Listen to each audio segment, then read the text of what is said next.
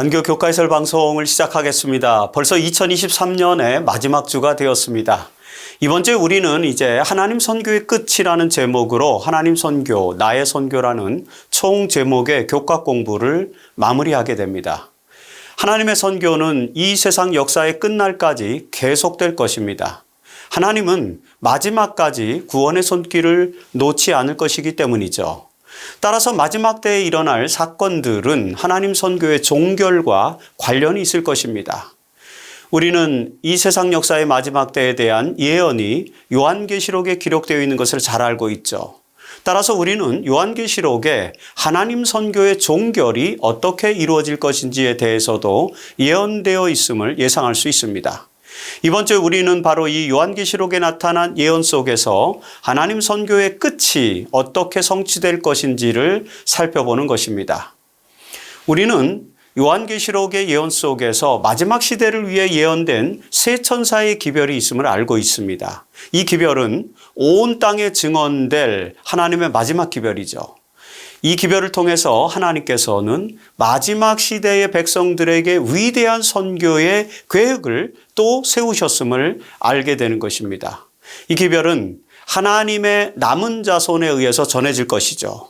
따라서 우리는 하나님의 마지막 선교의 시기에 그 선교를 대신할 하나님의 남은 무리로서 어떻게 살아야 하는지에 대해서 생각해야만 합니다. 마지막 시대를 사는 하나님의 백성들은 하나님 선교를 위해서 어떻게 살아가야 할까요? 이번 주 교과의 기억절에서 우리는 그 답을 찾을 수 있습니다. 자, 베드로후서 3장 11절로 12절의 말씀이죠. 모든 것이 이렇게 풀어지리니 너희가 어떠한 사람이 되어야 마땅하냐? 거룩한 행실과 경건함으로 하나님의 날이 임하기를 바라보고 간절히 사모하라. 요한계시록에 나타난 예언의 성취를 예견하면서 우리는 어떤 사람이 되어야 할지 깊게 숙고해야만 합니다. 하나님의 백성들은 거룩한 행실과 경건함으로 하나님의 날 임하기를 기다리면서 하나님의 선교에 참여해야 하는 것이죠. 이제 그 하나님 선교의 마지막 국면, 이 국면을 요한계시록과 함께 살펴보도록 하겠습니다.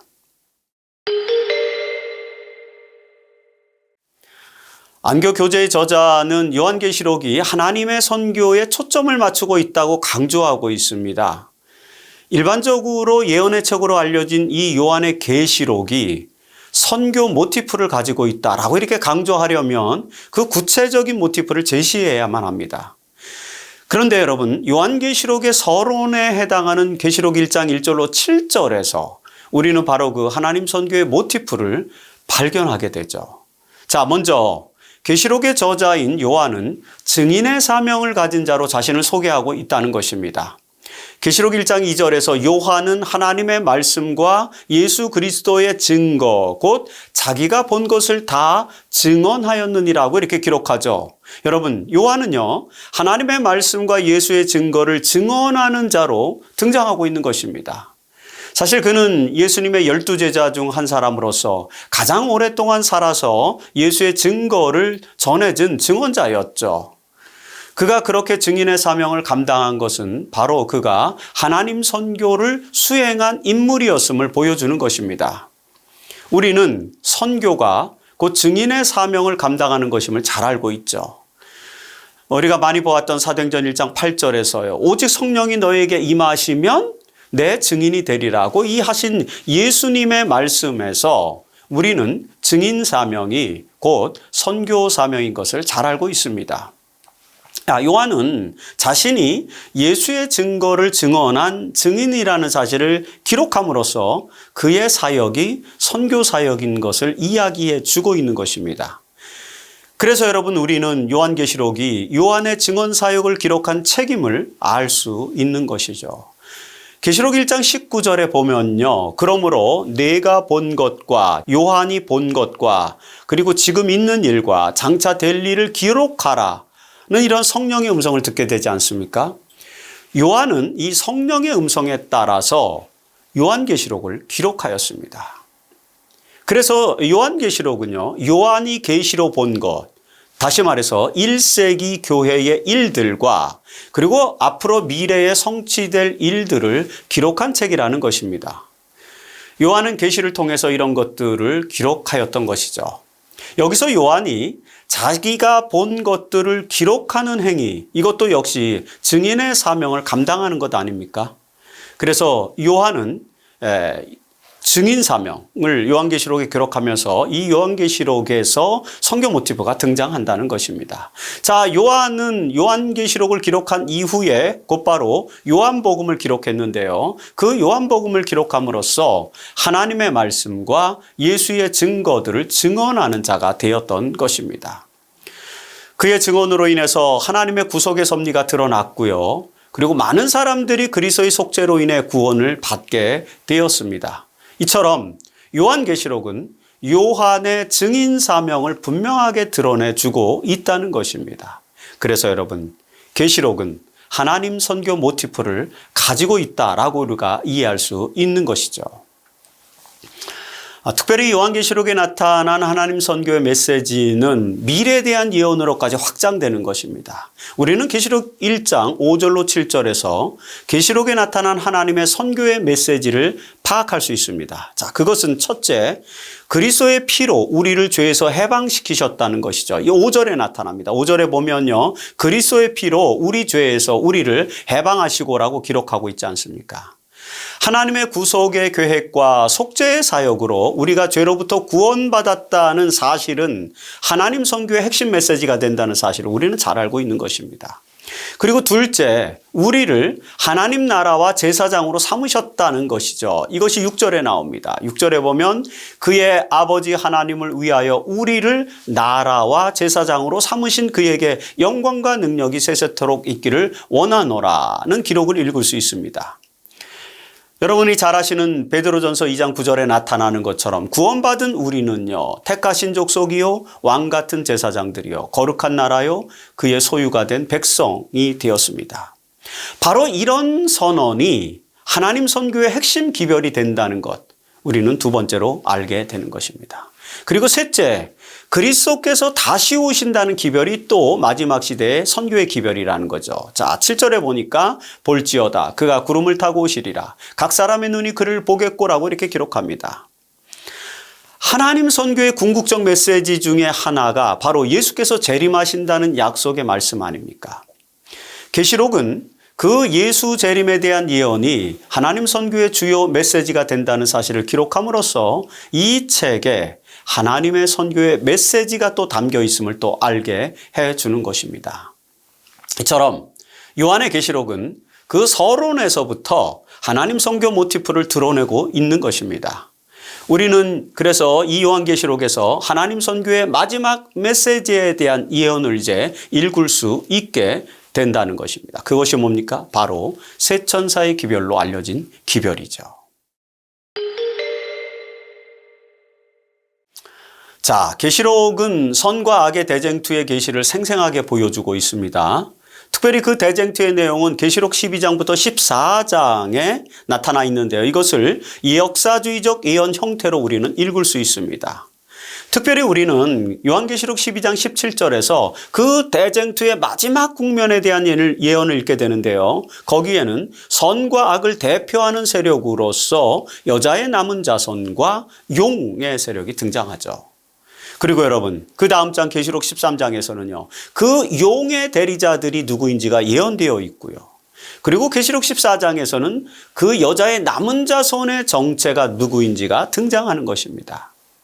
우리는 이 요한계시록 14장에 등장하는 여자의 남은 자손의 정체가 무엇인지를 하나님의 선교의 궁극적 시점에서 살펴볼 필요가 있는 것입니다. 이것이 월요일 소지의 내용입니다. 자, 계시록 14장에 등장하는 남은 자손의 정체성에서 가장 큰 특징은 영원한 복음을 전하는 그룹이라는 것이죠.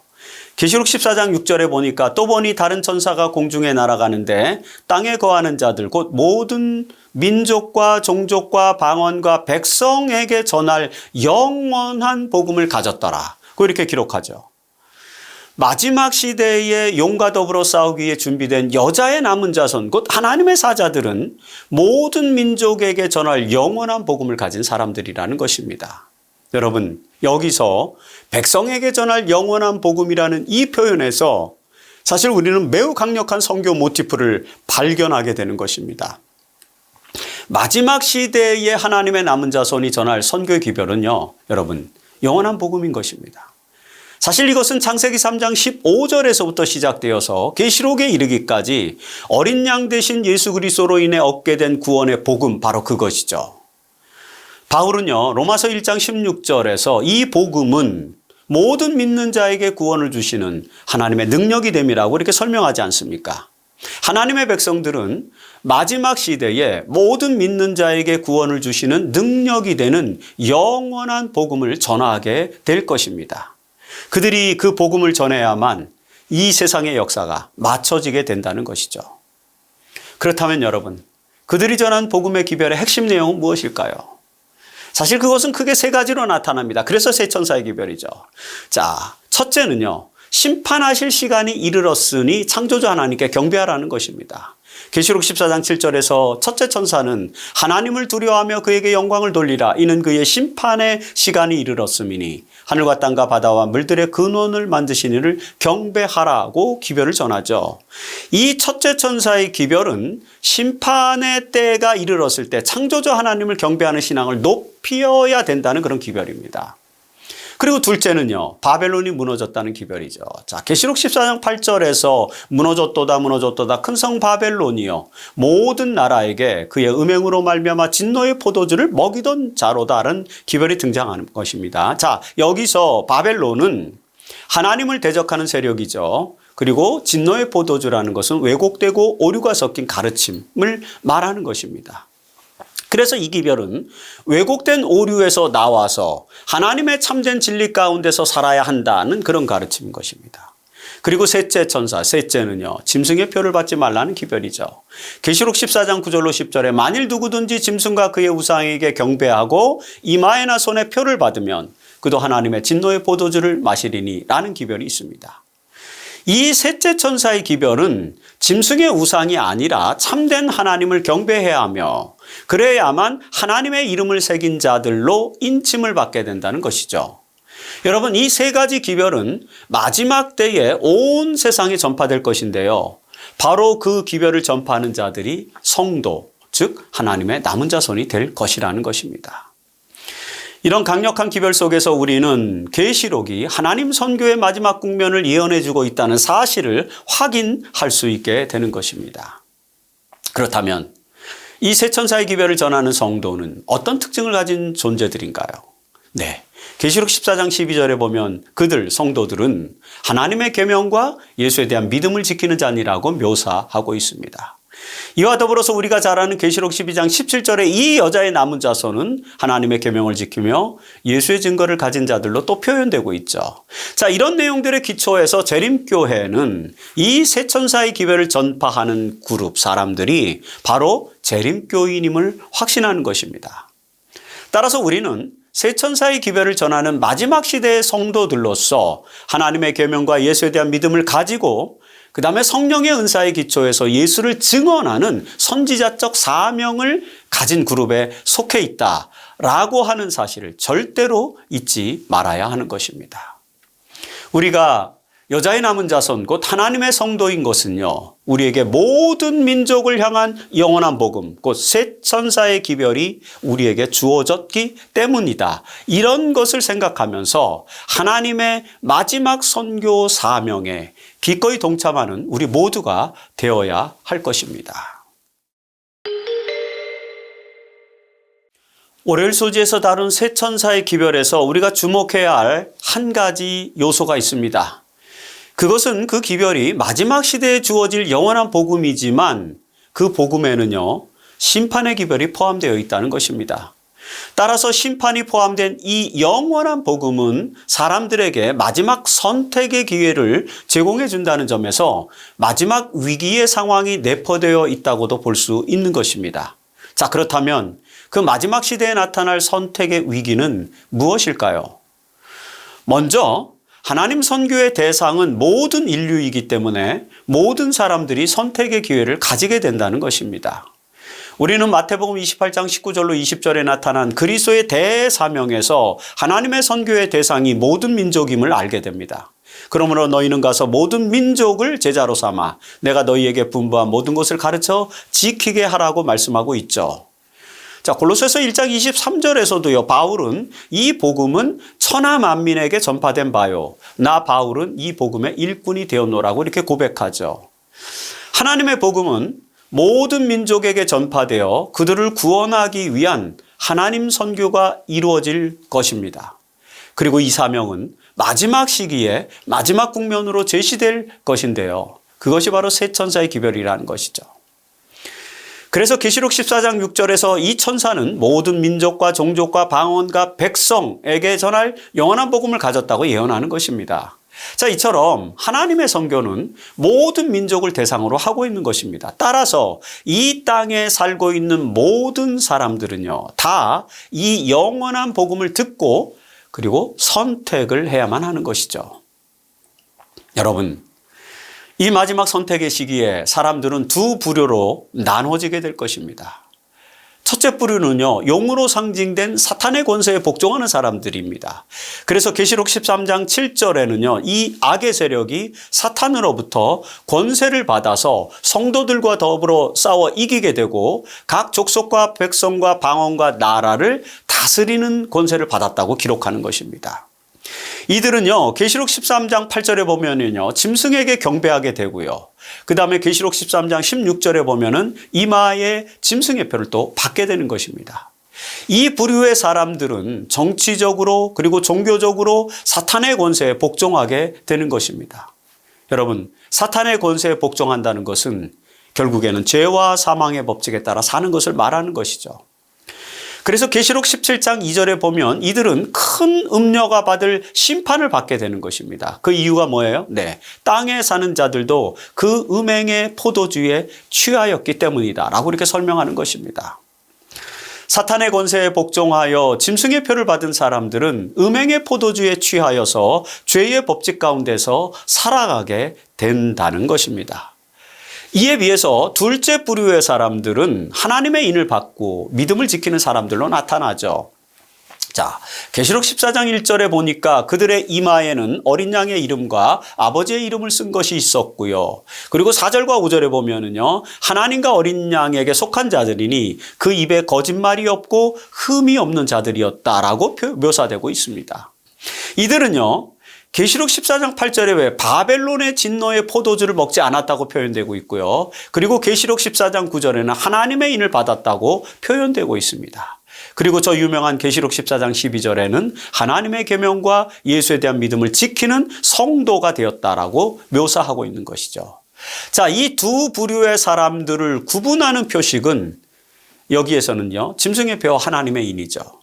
그리고 여러분, 그 표나 인은요, 믿음과 순종으로 나타나는 것이라는 것입니다. 자, 이 세 천사의 기별에서 나타나는 핵심 내용은 마지막 위기의 때에 우리가 무엇을 선택해야 하는지에 대한 것이라는 것이죠. 사탄은 이 세상에 짐승의 표를 강요하기 위해서 정치적으로 그리고 종교적으로 엄청난 노력을 기울일 것입니다. 그러나 세 천사의 사명을 가진 자들은요, 이에 대항해서 영원한 복음, 즉 하나님의 계명과 예수에 대한 믿음을 담대히 지키고 전하게 될 것입니다. 따라서 이 마지막 때를 살아가는 사람들은 이 두 부류 중에 어느 부류에 속하게 될 것인지를 선택해야만 한다는 것입니다. 우리는 당연히 하나님의 인을 받고 영원한 복음을 전하는 새 천사의 사명을 가진 사람들이 되어야 하는 것이죠. 이런 성도들이 마지막 위기의 때를 극복하고 승리하기 위해서는요, 여러분 무엇이 필요합니까? 하나님의 놀라운 능력이 필요한 것입니다. 그런데 여러분, 바로 그 능력이 계시록 18장에서 약속되어 있는 것입니다. 이제 우리는 그 능력의 약속을 다음 수요일 소지에서 함께 살펴보도록 하는 것입니다.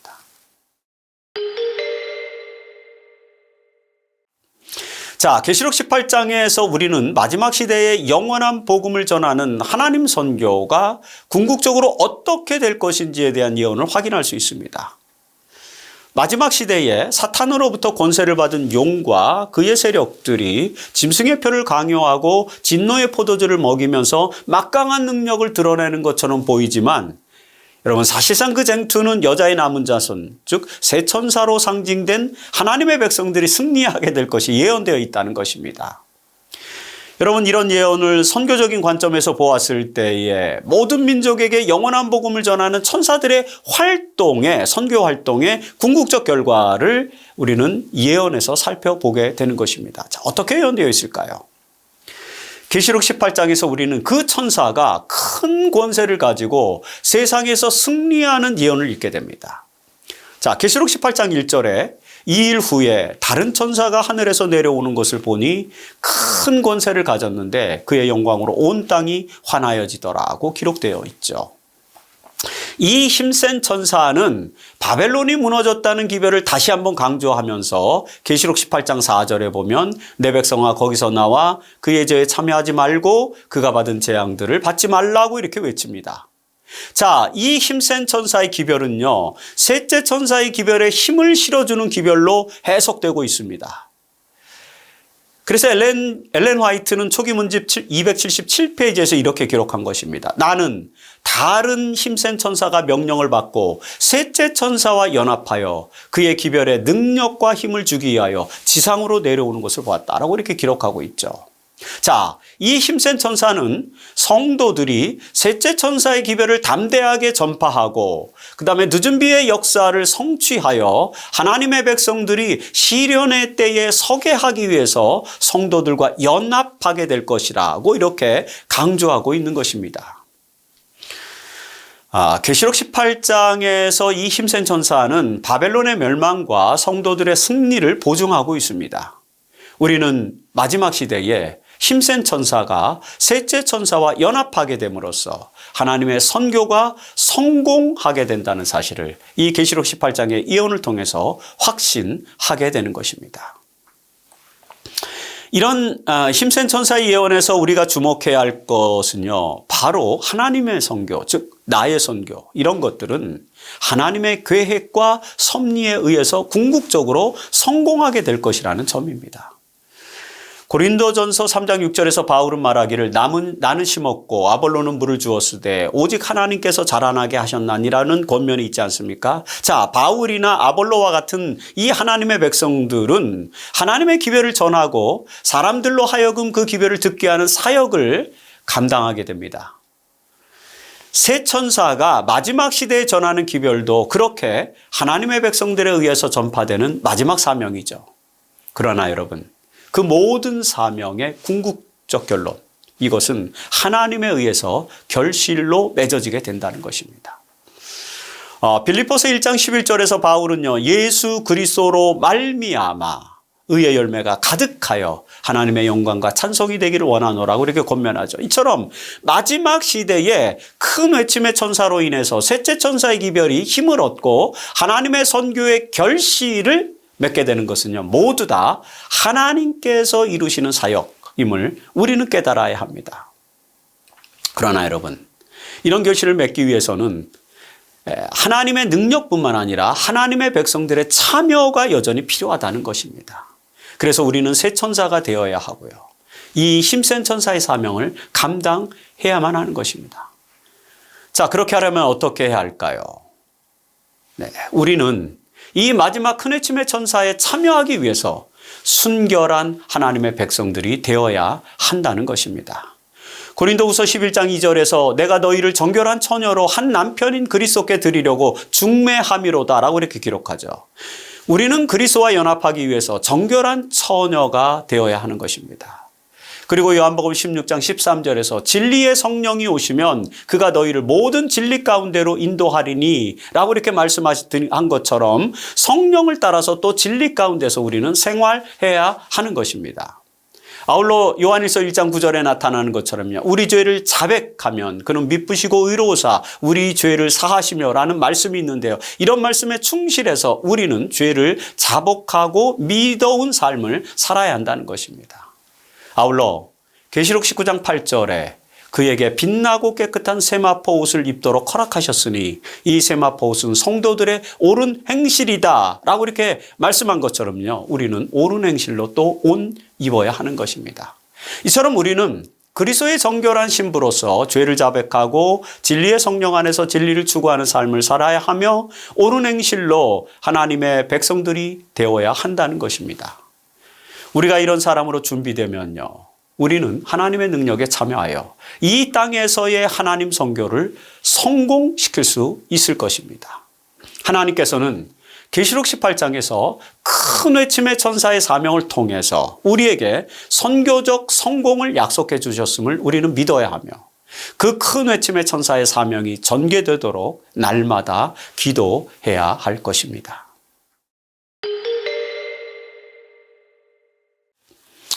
우리가 하나님의 능력에 힘입어서 하나님 선교 그리고 나의 선교를 완성시키게 되면요, 우리에게는 이제 영원한 상급이 주어질 것이죠. 그 상급은 바로 새하늘과 새 땅, 즉 하나님 나라인 것입니다. 자, 우리의 선교가 완결되는 날에 우리는 하나님 나라에 이르게 될 것입니다. 그렇다면 여러분, 선교가 완결되면 얻게 될 그 하나님의 나라는 어떤 곳일까요? 우리는 계시록 21장과 22장에서 그 하나님 나라의 세 가지 특성을 확인할 수 있습니다. 자, 첫째, 새하늘과 새 땅은 관계가 회복되는 곳입니다. 계시록 21장 3절에 보면 보라, 하나님의 장막이 사람들과 함께 있음에 하나님이 그들과 함께 계시리니 그들은 하나님의 백성이 되고 하나님은 친히 그들과 함께 계셔서 라고 기록하고 있습니다. 이처럼 새 하늘과 새 땅은 하나님과 인간 사이에 깨어진 관계가 다시 회복되는 곳입니다. 그곳에서 하나님은 우리와 영원히 함께 하시고 우리는 하나님의 백성이 됩니다. 이러한 관계의 회복은요, 하나님께서 속죄 사역을 통해서 우리에게 약속해 주신 사실 참된 구원의 의미이죠. 여러분, 신학적으로 속죄라는 단어, 영어로는 어토인먼트인데 이 어토인먼트라는 단어는 관계 회복을 의미하는 단어입니다. 우리는 더 이상 죄인이 아니고 하나님의 거룩한 백성으로서 인정을 받게 된다는 것입니다. 관계가 회복된다는 것입니다. 새하늘과 새 땅에서 하나님이 우리와 함께 하신다는 이 말씀은 바로 회복된 관계로 우리가 공존하는 그런 하나님 나라의 특성을 알려주는 것입니다. 그리고 둘째, 하나님 나라는 악과 어둠이 사라지고 선과 빛이 영원한 곳이라는 거죠. 계시록 21장 24절에서 만국이 그 빛 가운데로 다니고 땅의 왕들이 자기 영광을 가지고 그리로 들어가리라. 거기에는 밤이 없음이라 하고 예언되어 있습니다. 여러분, 새하늘과 새 땅은 어둠이 없는 빛의 세계이죠. 악이 없는 선의 세계입니다. 그리고 모든 사람들이 영광과 존귀를 누리는 곳입니다. 그것은 해와 달이 없어도 하나님이 계심으로 언제나 하나님의 영광이 비치는 곳입니다. 계시록 21장 23절에 보면요, 그 성은 해나 달의 비침이 쓸데없으니 이는 하나님의 영광이 비치고 어린 양이 그 등불이 되심이라고 이렇게 기록되어 있죠. 자, 하나님의 영광과 어린 양 예수 그리스도의 빛이 넘치는 곳으로 완전한 선의 세계가 바로 새하늘과 새 땅을 특징 짓고 있다라고 하는 것입니다. 그리고 셋째 특징, 하나님의 나라는 영원한 생명이 있는 곳이라는 것입니다. 계시록 22장 1절로 2절에 보면 수정같이 맑은 생명수의 강이 길 가운데로 흐르더라. 그리고 강 좌우에는 생명나무가 있어 12가지 열매를 맺대. 그리고 그 잎사귀들은 만국을 치료하기 위하여 있더라. 이렇게 묘사되어 있습니다. 여러분, 여기서 생명수, 생명나무 이런 것들은 우리의 영원한 생명을 보장해 주는 장치들 아닙니까? 인간은 죄의 결과로 죽음을 경험하게 되었습니다. 에덴에서의 죄로 인해서 인간은 유한한 존재가 되었죠. 그러나 여러분, 그 죄의 문제는 해결되었고요. 우리는 하나님의 성령 안에서 죄로부터 구원의 복음을 전함으로써 선교를 완결시키게 되고요. 그로 인해서 이제 영원한 삶을 상급으로 얻게 된다는 것입니다. 이 놀라운 약속이요, 성경의 맨 마지막 장에서 제공되고 있는 것입니다. 우리는 이런 궁극적인 결과를 얻기 위해서 하나님의 선교, 나의 선교에 열정적으로 참여해야 하는 것이죠. 제7안식일 예수재림교회는요, 계시록에 묘사된 이 예언을 성취시키고 하나님 나라를 완성하기 위해서 글로벌 미션이라는 타이틀 아래서 세계 선교를 추구하고 있습니다. 예수님께서는 마태복음 24장 14절에서 이 천국 복음이 모든 민족에게 증언되기 위하여 온 세상에 전파되리니 그제야 끝이 오리라고 말씀하셨습니다. 우리가 추구하는 것은요, 바로 이 하나님 나라의 복음인 것입니다. 이 복된 소식을 모든 민족에게 증언하기 위해서 우리는 글로벌 미션을 추진하고 있습니다. 이 사업을 마치기 위해서 우리는 영원한 복음을 알지 못하는 많은 미전도 종족 집단을 향한 1800개가 넘는 이 미전도 종족 집단을 향한 하나님의 선교에 참여해야만 하는 것입니다. 그리고 여러분, 그 일은요, 우리의 능력만으로만 되는 것은 절대 아니죠. 스가랴 4장 6절에서 하나님은 스룹바벨에게 이렇게 말씀하셨지 않습니까? 이는 힘으로도 되지 아니하며 능력으로도 되지 아니하고 오직 나의 영으로 되느니라. 여러분, 그래서 사도행전 1장 8절에서 오직 성령이 너희에게 임하셔야만 너희는 권능을 받고 비로소 땅끝까지 이르러 내 증인이 될 것이라고 말씀하신 것입니다. 하나님의 성령의 능력으로 우리는 하나님의 이 선교를 완결시켜야 합니다. 그렇게 되면요, 우리는 하나님 나라에 이르게 될 것입니다. 우리는 성령 안에서 이 세상의 모든 백성들에게 이 하나님 나라의 복음을 전하는 사명을 우리 교회가 존재하는 목적이자 우리가 존재하는 이유로 삼아야 할 것입니다. 이번 주에 우리는 2023년 제4기의 마지막 안교 교과 공부를 하였습니다. 지난 3개월 동안 우리는 하나님 선교, 나의 선교라는 제목으로 선교에 대하여 공부하였죠. 그 교과의 여정을 마무리하면서 우리는 하나님 선교의 끝에 대해서 또 살펴보았습니다. 특별히 계시록에 예언된 하나님의 가르침을 통해서 하나님 선교의 마지막 국면에 대한 내용들에 대해서 숙고하였죠. 요한계시록은요, 마지막 때의 하나님 선교에 대한 여러 모티프들을 제공해 주었습니다. 그것은 특별히 하나님의 계명과 예수의 증언에 충실한 예언자의 예언을 통해서 나타났습니다. 우리는 마지막까지 예수 그리스도의 증인으로서 사명에 충실해야 한다는 것을 이번 교과를 통해서 이해하게 되었습니다. 특별히 마지막 시대에 하나님께서는 새 천사의 기별을 통해서 이 사업을 마치실 것을 계시록 14장에 예언해 주셨습니다.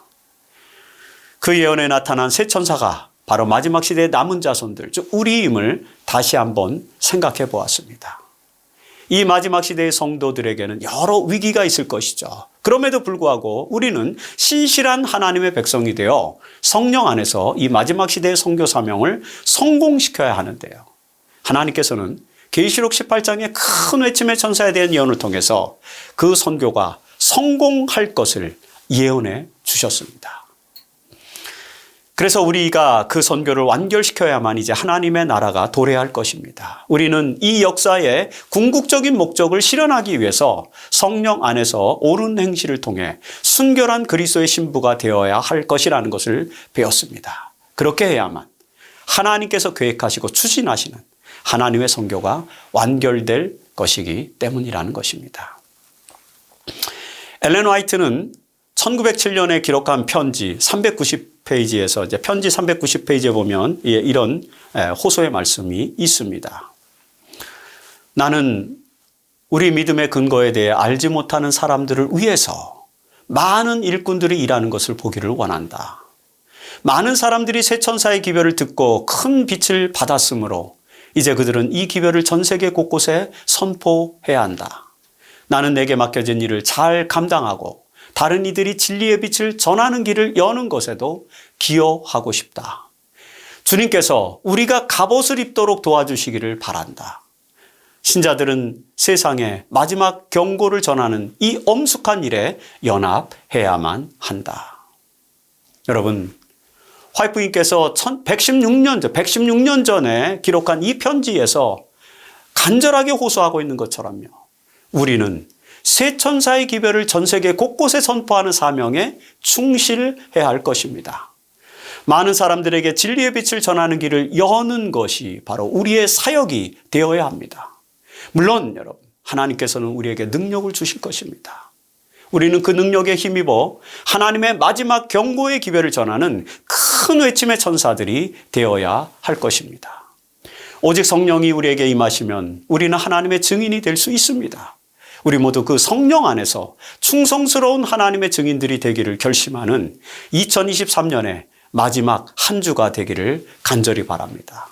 하나님의 은총과 축복이 모든 성도들에게 풍성히 임하기를 간절히 기원하면서 교과 해설 방송을 마치겠습니다.